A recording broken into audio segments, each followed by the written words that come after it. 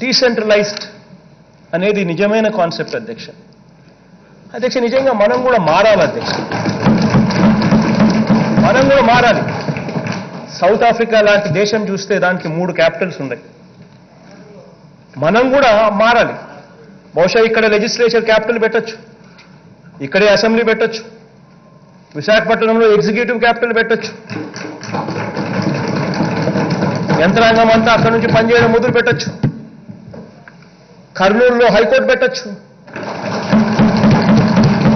ఈ రకంగా మనమంతా కూడా జ్యుడిషియల్ క్యాపిటల్ ఒకవైపున, ఎగ్జిక్యూటివ్ క్యాపిటల్ మరోవైపున, లెజిస్లేటివ్ క్యాపిటల్ ఇక్కడ, ఇలా రకరకాలుగా మనం కూడా ఆలోచనలు కూడా చేయాల్సిన అవసరం ఉన్న పరిస్థితిలో మనం ఉన్నాం అధ్యక్ష.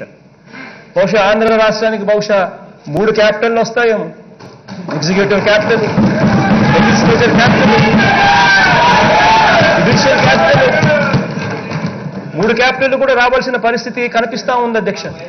ఇచ్చాడు, రాజధాని మీద అసెంబ్లీలో తీర్మానమే అవసరం లేదు అని చెప్పి.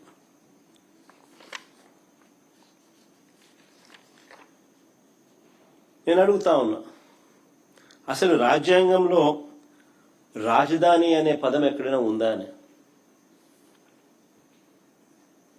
రాజ్యాంగంలో ఎక్కడ రాష్ట్రాలకు సంబంధించి రాజధానులు అనే పదం ఎక్కడా లేదు.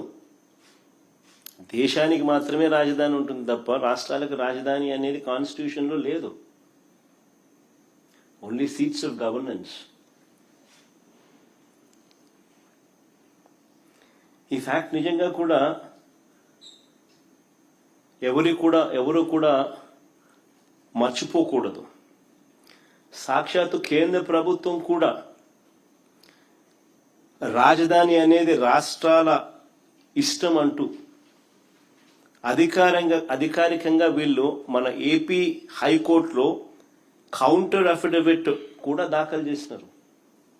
కేంద్ర ప్రభుత్వం ఆంధ్రప్రదేశ్ హైకోర్టులో ఒక కౌంటర్ అఫిడవిట్ కూడా దాఖలు చేసినారు. ఈ మేరకు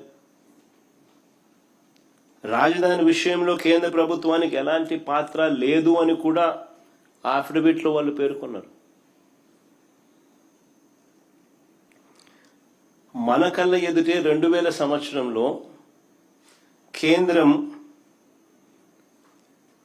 కొత్తగా 2000 సంవత్సరంలో ఉత్తరాఖండ్, జార్ఖండ్, ఛత్తీస్గఢ్ రాష్ట్రాలను కేంద్రము తీసుకొచ్చింది. మన కళ్ళ ముందునే 2000 సంవత్సరంలో.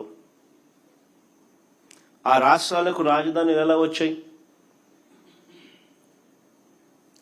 కేంద్రం ఏదైనా డిసైడ్ చేసిందా? కేంద్రం నిర్ణయించలేదే. ఆయా రాష్ట్రాలు వాళ్ళు నిర్ణయించుకున్నారు. మరి ఎవరికి వర్తించింది?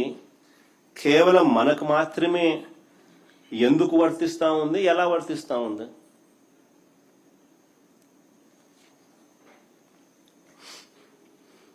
నిజంగా మరి ఎందుకు ఈ తీర్మానం పేరిట ఈ డ్రామా చేస్తా ఉన్నారు?